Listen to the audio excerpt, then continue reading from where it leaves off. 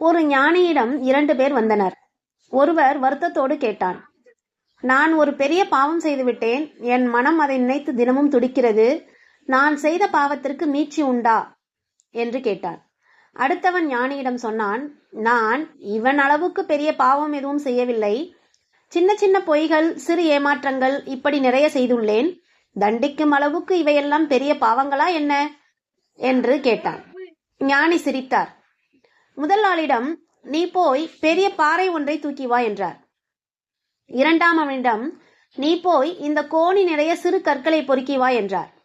இருவரும் அவ்வாறே செய்தனர். முதல்வன் ஒரு பெரிய பாறையை தூக்கி வந்தான்.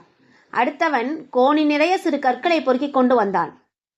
இப்போது ஞானி சொன்னார், சரி, இருவரும் கொண்டு வந்தவற்றை சரியாக எந்த இடத்தில் எடுத்தீர்களோ அங்கேயே திரும்ப போட்டுவிட்டு வாருங்கள் என்றார். முதலாவதவன் பாறையை எடுத்துக்கொண்டு போய் எடுத்த இடத்தில் வைத்துவிட்டு திரும்பினான். இரண்டாமாக இருப்பவன் தயக்கத்துடன், இவ்வளவு கற்களை நான் எப்படி சரியாக அவை இருந்த இடத்திலே வைக்க முடியும் என்று கேட்டான். ஞானி சொன்னார், முடியாதல்லவா?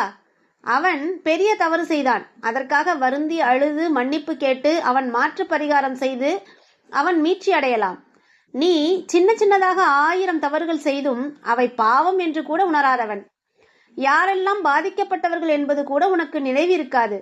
அவனுக்கு மீட்சி சுலபம். உனக்குத்தான் மீட்சி என்பது மிக கடினம். சிறு துளிகள் பெரு வெள்ளம்.